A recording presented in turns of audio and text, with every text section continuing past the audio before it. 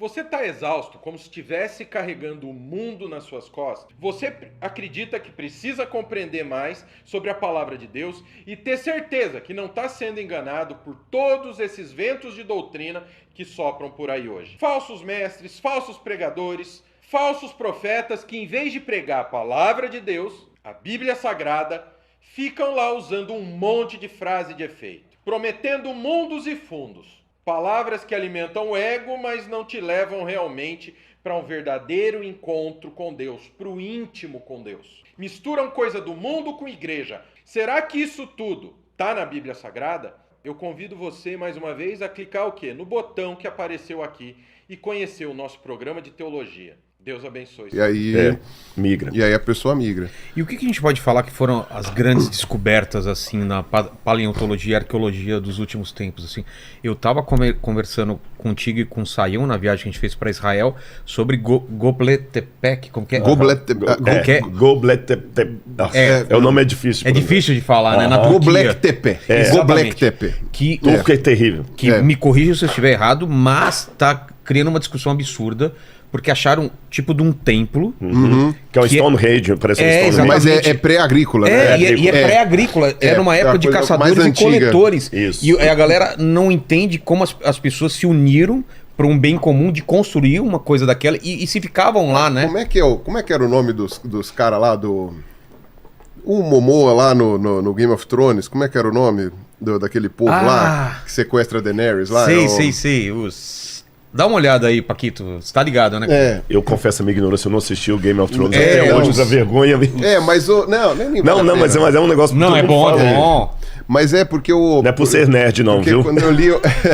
Não, porque quando eu li sobre o Göbekli Tepe, eu pensei nisso. Eu falei, gente, mas parece os... Como chama? Dothraki. Dothraki, isso mesmo. Falei assim, parece os Dothraki, né? Porque eles eram nômades, mas eles tinham aquele templo que eles iam, né? É verdade. Que depois destrói tudo lá. Tudo é destruído no Game of Thrones. Eu dei esse exemplo pelo seguinte, os caras acham um lugar, começam a escavar, e aí de repente aquilo começa a ser analisado por várias pessoas e falar... Começam a colocar hipóteses, né? Pô, por que tem... A data não bate com o que a gente entendia que eram templos e tal. E aí, como que funciona? Tá o arqueólogo lá... E quem são os profissionais que chamam? Se tem algumas outras descobertas que você queria também, arqueológicas recentes. E de paleontologia também depois, Pirula, do que se descobriu ultimamente? O som aqui do negócio que eu esqueci. Tirando o quê? Algum lugar, meu celular tá tirando o barulho aqui. Tá. O meu deixei em algum canto aí, mas ninguém vai tocar pra ligar pra mim agora, não. Rodrigo, além dessa tem outras também, Tem outras também. Só fazendo um comentáriozinho. A ciência, ela é dinâmica, seja em qualquer área. Sim. Da física, biologia, arqueologia. Aí depois a gente pode entrar na questão também, até que ponto pode chamar arqueologia de ciência ou não, porque tem um debate também. Tem também um debate? Nossa. A área humanas é ciência ou não é ciência? Tá. Tem um debate. Bom, eu sou da opinião de que é. Mas você sabe que tem gente que Nossa, eu achava que a arqueologia escapava dessa. Não, tem também. Eu vejo todos os elementos de ciência. Assim, as pessoas, eu tenho uma amiga arqueóloga, a Márcia, um beijo, Márcia. Né? E eu brinco até com ela, né? Que o pessoal sempre fala, nossa, ela que gosta de coisa velha. E aí eu falo, não, ela gosta de coisa nova.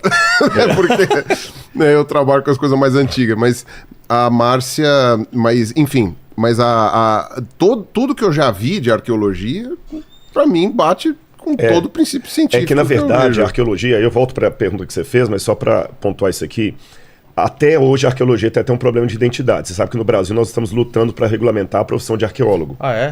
Até hoje estão lutando com isso para regulamentar a profissão. Se você estudar arqueologia na Europa, ela está umbicada na área de história. Se você estudar nos Estados Unidos, está na área de sociologia e antropologia, que é a nova arqueologia. Faz sentido. Então até sozinha ela não fica. Entendi. Pelo menos assim, eu fico mais confortável para não entrar na briga, que ele falou que tudo bem, que ele aceita, mas dependendo do acadêmico, do cientista, ele vai abominar, chamar alguma coisa de humanas, que seja até a astronomia. Isso até vocês falaram aqui no debate, quando teve com o Sacani, o Marcos, se eu não me engano, se eu estiver equivocado, vocês me corrijam. Que até a astronomia não é reconhecida como ciência por alguns, porque ela não é repetível, ela é observável, mas ela não passa... Surgiu essa discussão. Né? É uma discussão que tem. Então, na arqueologia, para não entrar nesse meandro, eu falo o seguinte, a arqueologia é um estudo do passado da humanidade que lança constantemente mão de métodos científicos.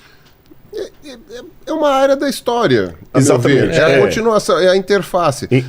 A gente trabalha com ciências históricas. Sim. Né? Nós dois trabalhamos com ciências históricas. E a ciência histórica, ela vai funcionar com as limitações do seu objeto de estudo. Claro. Né?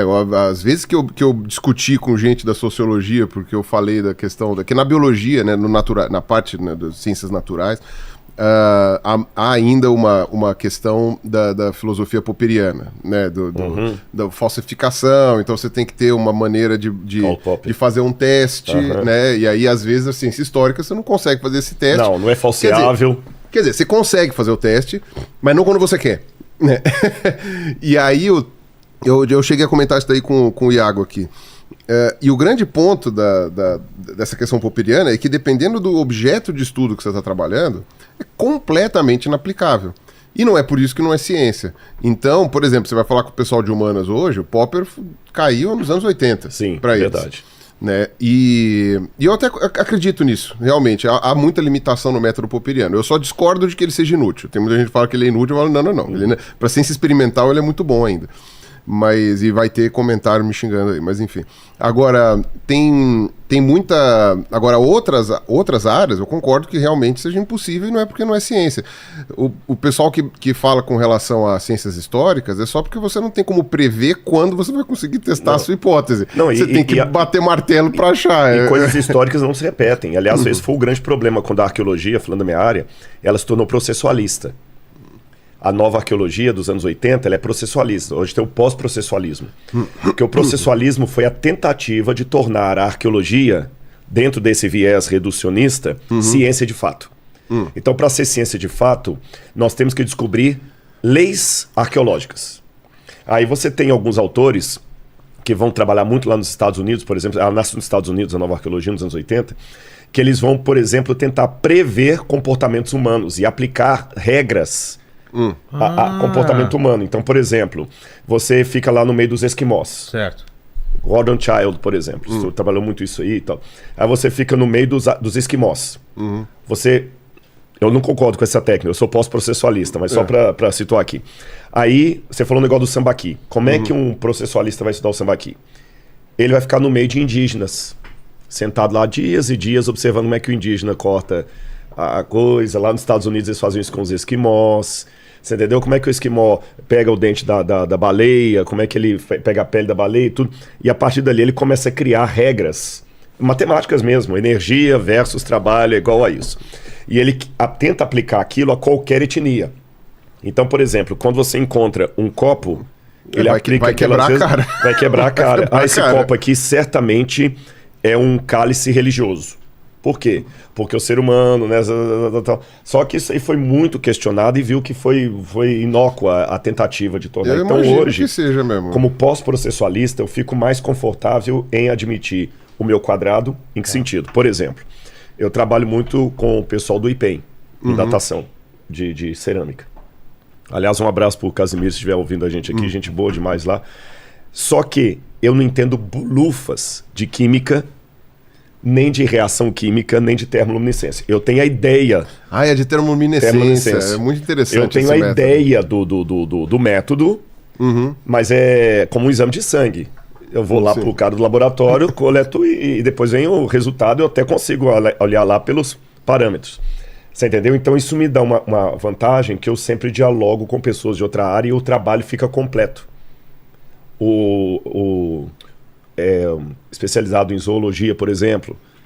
Sim, para poder ver que tipo essa de mamífero é esse aqui? Esse mamífero ele é típico dessa área ou ele foi importado para cá? Então isso tudo a gente vai analisando, isso é muito interessante. Agora, você perguntou das grandes descobertas, aí nisso surgem muitas correções e atualizações. Por exemplo, se você estudar um livro dos anos 1910 a 1910, vai falar que a escrita surgiu há 5.000 anos antes de Cristo. A data para a origem da escrita é 5.000 antes de Cristo. Hoje nenhum especialista vai colocar mais do que 3.200 antes de Cristo. Isso é uma redução aí de 1.800 anos. Nossa, mas como assim? Mas porque passou a não considerar mais como escrita? Porque trouxeram para adiante a invenção da escrita. A invenção da escrita que era datável em 5.000 a.C., agora ela... é 3.000 a.C. 3.000 a.C. Ah, tá. 3.200. Não, mas ainda continua antes de Cristo, tá? Não, Continua eu antes de tava Cristo. pensando, falei, não, Não, pera, não. eu falei, calma, não. Continua antes de Cristo. Mas aquelas escritas cuneiforme lá... É tudo 3.200. Essas mesmas escritas cuneiformes, quando os primeiros assiriólogos começaram a estudá-las, elas foram datadas em 5.000 AC. E na China? Porque Pois a China é. tem umas coisas velhas Isso é pra um cacete. Então, é incrível, né? Não, a China a China é Pessoal bem meio que antigo, né? ignora umas coisas, né? Não, Que não é acontece que no Oriente. ignora, é que a China, nós temos um problema com a China muito sério. Ninguém fala mandarim. Por Não. ser um país comunista, eles fecham muitas pesquisas internas lá. Mas você sabe... Bom, eu vou falar agora pela paleontologia. Tem até alguns chineses que falam muito de paleontologia. Eu li um... Não, a China é o país hoje é. com a maior destaque de paleontologia no mundo. Ah, é? É. Por porque quê? eles têm um território muito grande, formações geológicas excelentes. A história da China, do ponto de vista geológico, é uma história de razoável constância, porque ela está no meio do continente. Quer dizer que ela não sofreu muita... Não virou um oceano, não Ah, virou uma floresta, não virou... Aquilo lá está no meio do continente. Tá. Aliás, Então, me permita ela é mais- interromper só por uma curiosidade. Ah. Se você for à própria China, você vai ver que o mapa mundi deles lá põe a China no centro. É mesmo? Não, é verdade, acho que eu já vi uma O coisa mapa assim. mundi fica o fica, mapa- a China no centro e o resto em redor. Mas faz sentido, né? Né? Agora, O mundo não é plano, né? Agora, enfim, então lá é uma região que você teve muita sedimentação muito boa, né? Teve muito vulcanismo também e tal, mas assim, por ser no meio do continente, é um lugar foi mais estável durante todo esse período. E a Ásia é um continente mais alto também, né? mais elevado. Então, tipo, você tem todas essas questões. Então, a China é um lugar muito bom. E você tem áreas com muita vegetação na China. E a vegetação, aí nesse caso a gente também é igual, ela dificulta muito o trabalho. É. Por várias questões, porque a vegetação, as raízes das plantas quebram tudo, Quebram tudo. elas afundam, elas vão arrebentando tudo. Então, questão Eu não ecológica. tinha pensado nisso, Tem né? a questão raiz ecológica. Você não vai pode destruir uma mata para poder... É. Você não vai destruir. Tem a questão da umidade. Tipo, se tem uma coisa que estraga tudo, a umidade, vai achar um pedaço de cerâmica, molhou, você vai achar uma... Israel a gente já não tem esse problema, mas Exato, na Amazônia Por quê? Por causa do é tempo tudo seco. Tudo seco. E assim, a vegetação, ela dificulta. O pessoal que eu conheço que é paleontólogo no Acre, por exemplo, Sofre. cara, não, os caras são heróis. É um troço super difícil, é barranco de rio. Pô. E aí você tem que, às vezes, alguns fósseis tem que içar para não cair no rio, para não coisa e cuidar com o negócio você tem que usar resinas para deixar a coisa firme, para a umidade não amolecer o osso, é uma coisa realmente muito complicada. A China tem muita vegetação, né? Tem as florestas lá, tem as coisas, só que também tem muita área aberta. Muita área desértica, principalmente, e em todas as regiões da China você tem. Então no sul da China você tem uma área com vegetação menor, ou sem vegetação. Na parte interna da China você tem uns desertos lá também. Sabe, tipo, em todas as áreas da China, no nordeste da China também, ali chegando perto da Coreia, você tem umas áreas mais abertas. Então isso facilita para eles. Então, falei, a China tem isso daí, porque tem tem um histórico geológico favorável, né? É um país muito grande, então como tem muita área, eles têm jurisdição para pesquisar. Nisso o Brasil também tem vantagem, os Estados Unidos também. A China é um país que tem biomas que facilitam isso, né? Vegetação e tal, não sei o quê. E ainda por cima, não falta mão de obra. É verdade. Tem gente pra caramba. Não falta mão de obra, né? Eu costumo brincar, né? O pessoal aí, que for chinês que estiver ouvindo aí, eu fiz essa piada uma vez com os chineses, eles deram risada. Eu falei que você nunca encontra um chinês, é sempre um múltiplo de 10. É verdade. Você vai encontrar 10 chineses, porque eles, sabe, porque Muita gente, é né? muita gente.